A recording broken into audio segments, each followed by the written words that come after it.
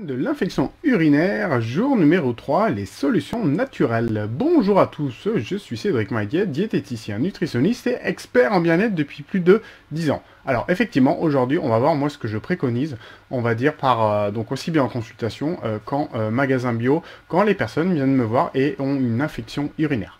Avant toute chose, si vous voulez télécharger mes deux e-books sur comment bien faire ses courses et comment bien préparer, on va dire, les 7 groupes d'aliments, vous avez le lien juste en dessous. Et puis également, si vous souhaitez vous abonner, n'hésitez pas, pardon. Et si, dernier point, vous souhaitez une consultation en ligne avec moi, vous avez également le lien ci-dessous. Alors, qu'est-ce qu'il faut faire, qu'est-ce qu'il faut prendre d'un point de vue naturel pour un peu vous aider à stopper ces infections urinaires? Alors en fait, de manière globale, en solution naturelle, on a une approche qui est vraiment plus globale, justement.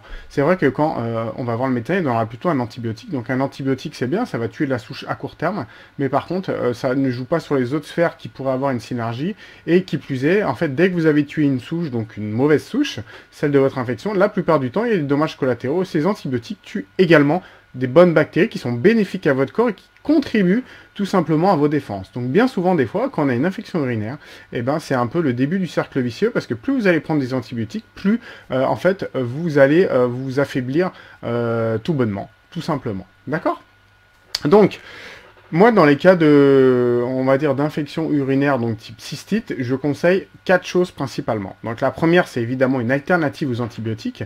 Donc on peut prendre de l'argent colloïdal sous forme vaginale. Donc vous avez soit des crèmes ou soit des ovules, et également en parallèle des formes orales. Donc ça peut être ou et, ça dépend des fois. On peut prendre de la propolis, donc par voie orale, de l'extrait de pépins de pamplemousse par voie orale. Attention cependant, l'extrait de pépins de pamplemousse, si vous avez des médicaments, parlez-en à votre médecin.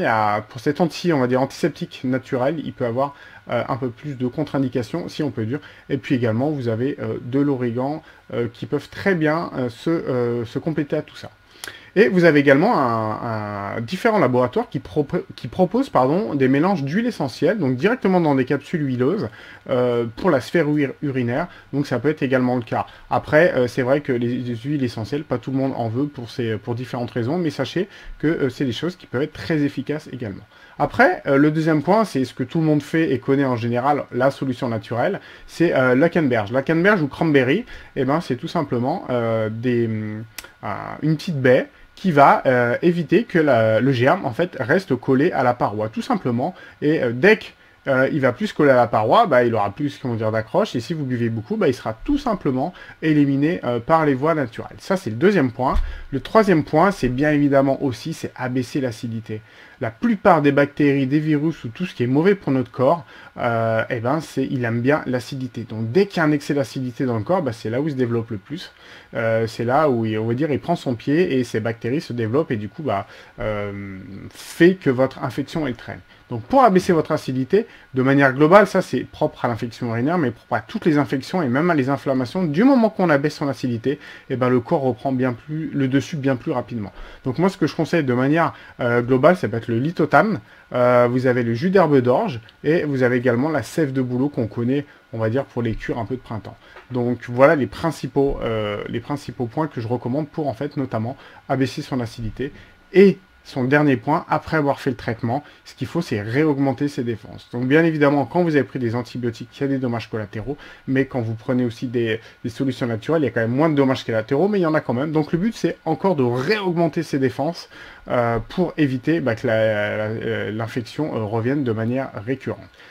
Donc qu'est-ce qu'on fait? On prend des probiotiques, mais des probiotiques avec des souches d'origine humaine. J'insiste, c'est vraiment plus efficace, des souches d'origine humaine, ou human spécifique. Faut regarder, il n'y a pas toutes les marques de compléments alimentaires qui font ça, mais il y a une vraie différence. Et vous prenez donc des souches spécifiques à la flore vaginale pour son équilibre et ses défenses. Donc ça, c'est par voie orale également, ou par voie également vaginale directement. Ça fonctionne vraiment très bien. Voilà, je vous ai à peu près tout dit aujourd'hui pour les solutions naturelles, notamment pour les cystites, et je vous dis à demain. Au revoir!